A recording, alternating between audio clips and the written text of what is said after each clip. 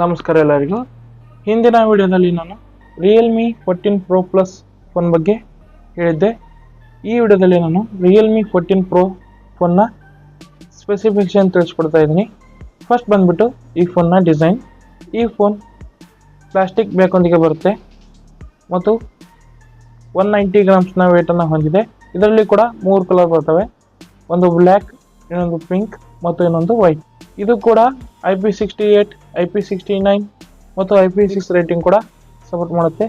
ಇದರಲ್ಲೂ ಕೂಡ gorilla glass 7/9 protection ಕೂಡ ಹೊಂದಿದೆ.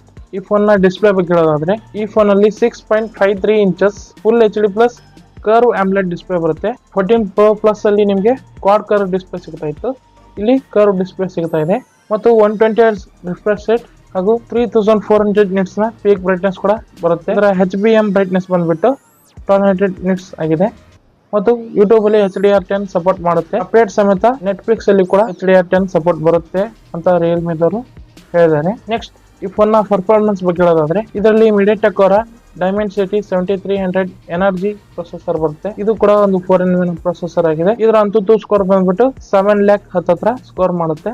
ನೀವು 60 FPS ಅಲ್ಲಿ ಇದರಲ್ಲಿ ಕೂಡ BGMI ಆಡಬಹುದು ಮತ್ತು ರಿಯಲ್ಮಿ ಅವರು ಅಪ್ಡೇಟ್ ಕೊಟ್ಟು 90 FPS ಕೂಡ ಇದರಲ್ಲಿ ಅನ್ಲಾಕ್ ಮಾಡ್ತಾರೆ. ಒಟ್ಟಾರೆ ಡಿಸೆಂಟ್ ಪ್ರೊಸೆಸರ್ ಅಂತ ಹೇಳ್ಬೋದು ಈ ಪ್ರೈಸ್ ರೇಂಜ್ ಅಲ್ಲಿ. ನೆಕ್ಸ್ಟ್ ಈ ಫೋನ್ ನ ರ್ಯಾಮ್ ಅಂಡ್ ರೋಮ್ ಬಗ್ಗೆ ಹೇಳೋದಾದ್ರೆ, ಇದರಲ್ಲೂ ಕೂಡ ಬೇಸ್ ವೇರಿಯಂಟ್ ನಿಮಗೆ 8GB 128GB ಬರುತ್ತೆ. LPDDR4X RAM ಮತ್ತು UFS 3.1 ಸ್ಟೋರೇಜ್ ಸ್ಪೀಡ್ ಕೂಡ ಬರುತ್ತೆ. ನೆಕ್ಸ್ಟ್ ಈ ಫೋನ್ ನ OS ಬಗ್ಗೆ ಹೇಳೋದಾದ್ರೆ, Realme UI 6 base on Android 15 ನೊಂದಿಗೆ ಡಬಲ್ ಬಾಕ್ಸ್ ಬರುತ್ತೆ. 2 years major updates and 3 years security updates ಕೂಡ ಪ್ರಾಮಿಸ್ ಮಾಡಿದ್ದಾರೆ ರಿಯಲ್ಮಿ ಅವರು. ಇನ್ನೊಂದು ವರ್ಷ ಎಕ್ಸ್ಟ್ರಾ ಅಪ್ಡೇಟ್ ಕೊಟ್ಟಿದ್ರೆ ಚೆನ್ನಾಗಿರ್ತಿತ್ತು ಅಂತ ಹೇಳ್ಬೋದು. ನೆಕ್ಸ್ಟ್ ಈ ಫೋನ್ ನ ಸೆನ್ಸರ್ಸ್ ಬಗ್ಗೆ ಹೇಳೋದಾದ್ರೆ, in display fingerprint, face unlock ಎಲ್ಲ ಉಳಿದ ಸೆನ್ಸರ್ಗಳು ಈ ಫೋನ್ ಅಲ್ಲಿ ಬರ್ತವೆ. ಮತ್ತು ಫೋನ್ ನ ಬ್ಯಾಟರಿ ಬಗ್ಗೆ ಹೇಳೋದಾದ್ರೆ, ಇದರಲ್ಲಿ ಕೂಡ ಸೇಮ್ 6000 mAh ಬ್ಯಾಟರಿ ಬರುತ್ತೆ, but 45 watt fast charger box ಅಲ್ಲಿ ಬರುತ್ತೆ. ಫೋನ್ ಕೂಡ 45 ವ್ಯಾಟ್ ಮಾತ್ರ ಸಪೋರ್ಟ್ ಮಾಡುತ್ತೆ. ನೆಕ್ಸ್ಟ್ ಈ ಫೋನ್ ನ ಕನೆಕ್ಟಿವಿಟಿ ಬಗ್ಗೆ ಹೇಳೋದಾದ್ರೆ, ಇದರಲ್ಲಿ ಕೂಡ ಡ್ಯುಯಲ್ 5G ಸಿಮ್ ಸಪೋರ್ಟ್ ಮಾಡುತ್ತೆ ಮತ್ತು 15 5G ಬ್ಯಾಂಡ್ಸ್ ಕೂಡ ಬರ್ತವೆ. ಇದರಲ್ಲಿ Wi-Fi 6, Bluetooth 5.2 ಕೂಡ ಬರುತ್ತೆ. NFC ಇದರಲ್ಲಿ ಇಲ್ಲ. ಮತ್ತು ಈ ಫೋನ್ ನ ಕ್ಯಾಮ್ರಾ ಬಗ್ಗೆ ಹೇಳೋದಾದ್ರೆ, ಇದರಲ್ಲಿ 50 MP ಮೇನ್ ಕ್ಯಾಮ್ರಾ ಬರುತ್ತೆ ವಿತ್ OS ಸಪೋರ್ಟ್ ಮಾಡುತ್ತೆ ಮತ್ತು ಇನ್ನೊಂದು ಡೆಪ್ತ್ ಸೆನ್ಸರ್ ಬರುತ್ತೆ. ಇದು ಅಷ್ಟು ಯೂಸ್ಲೆಸ್ ಅಂತ ಹೇಳ್ಬೋದು. ಕ್ಯಾಮ್ರಾದ ಸೆನ್ಸರ್ ಬಂದ್ಬಿಟ್ಟು Sony IMX 882 ಸೆನ್ಸರ್ ಒಂದಿಗೆ ಬರುತ್ತೆ. ಇದು ಒಂದು ಡೀಸೆಂಟ್ ಸೆನ್ಸರ್ ಅಂತಾನೆ ಹೇಳ್ಬೋದು. ಮತ್ತು ಈ ಫೋನ್ ನ ಸೆಲ್ಫಿ ಕ್ಯಾಮ್ರಾ ಬಗ್ಗೆ ಹೇಳೋದಾದ್ರೆ, 16 MP ಸೆಲ್ಫಿ ಕ್ಯಾಮ್ರಾ ಬರುತ್ತೆ. ಇದು ಕೂಡ ಈ ಪ್ರೈಸ್ ಅಲ್ಲಿ ಡೀಸೆಂಟ್ ಅಂತಾನೆ ಹೇಳ್ಬೋದು.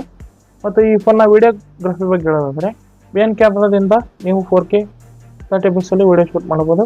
ಫ್ರಂಟ್ ಅಲ್ಲಿ ನೀವು ಫುಲ್ HD ವಿಡಿಯೋ ಶೂಟ್ ಮಾಡಬಹುದು. ಒಟ್ಟಾರೆ ಈ ಫೋನ್ ನ ತಗೋಬೇಕು ಬೇಡ ಅಂತ ಹೇಳೋದಾದ್ರೆ, ಈ ಫೋನ್ ನ ಖಂಡಿತ ನೀವು ತಗೊಳಕ್ ಹೋಗ್ಬೇಡಿ. ಯಾಕಂದ್ರೆ ಇದೇ ಪ್ರೈಸ್ ರೇಂಜ್ ಅಲ್ಲಿ ನಿಮ್ಗೆ Moto Edge 50 ಫ್ಯೂಷನ್ ಫೋನ್ ಕೂಡ ಸಿಗುತ್ತೆ. ಇದು ಒಂದು ಬೆಸ್ಟ್ ಕ್ಯಾಮ್ರಾ ಫೋನ್ ಅಂತಾನೆ ಹೇಳ್ಬೋದು ಈ ಪ್ರೈಸ್ ರೇಂಜ್ ಅಲ್ಲಿ. ನೀವು ಅದ್ರ ಕಡೆ ಕೂಡ ಚೆಕ್ಔಟ್ ಮಾಡ್ಬೋದು. ಅಥವಾ Vivo T3 Pro ಕೂಡ ಇದೇ ಪ್ರೈಸ್ ರೇಂಜ್ ಅಲ್ಲಿ ಸಿಗುತ್ತೆ. ಅದು ಕೂಡ ಒಂದು ಬೆಸ್ಟ್ ಪರ್ಫಾರ್ಮಿಂಗ್ ಫೋನ್ ಅಂತಾನೆ ಹೇಳ್ಬೋದು ಆ ಪ್ರೈಸ್ ರೇಂಜ್ ಅಲ್ಲಿ. ಕ್ಯಾಮ್ರಾ ಕೂಡ ಚೆನ್ನಾಗಿದೆ, ಪರ್ಫಾರ್ಮೆನ್ಸ್ ಕೂಡ ಚೆನ್ನಾಗಿದೆ. ನೀವು Vivo ಕೂಡ ಚೆಕ್ಔಟ್ ಮಾಡ್ಬೋದು. ಬಟ್ ಈ ಫೋನ್ ಏನಾದರೂ 20,000 ರೂಪಾಯಿ ಒಳಗಡೆ ಸಿಕ್ಕರೆ ನೀವು ಬೈ ಮಾಡ್ಬೋದು. ಇದು 14 Pro Plus ಕೂಡ ಅಷ್ಟೇ 25,000 ಒಳಗಡೆ ಸಿಕ್ಕರೆ ನೀವು ಪರ್ಚೇಸ್ ಮಾಡ್ಬೋದು. ಇವು ಓವರ್ ಪ್ರೈಸ್ ಅಂತಾನೆ ಹೇಳ್ಬೋದು ಈ ಫೋನ್ನ. ಆ ಪ್ರೈಸ್ ರೇಂಜ್ ಅಲ್ಲಿ ಮಾತ್ರ ತಗೊಳಕ್ ಹೋಗ್ಬೇಡಿ. ಈ ವಿಡಿಯೋ ನಿಮ್ಗೆ ಇಷ್ಟ ಆಗಿದ್ರೆ ಲೈಕ್ ಮಾಡಿ, ಶೇರ್ ಮಾಡಿ, ಸಬ್ಸ್ಕ್ರೈಬ್ ಮಾಡಿ. Thank you.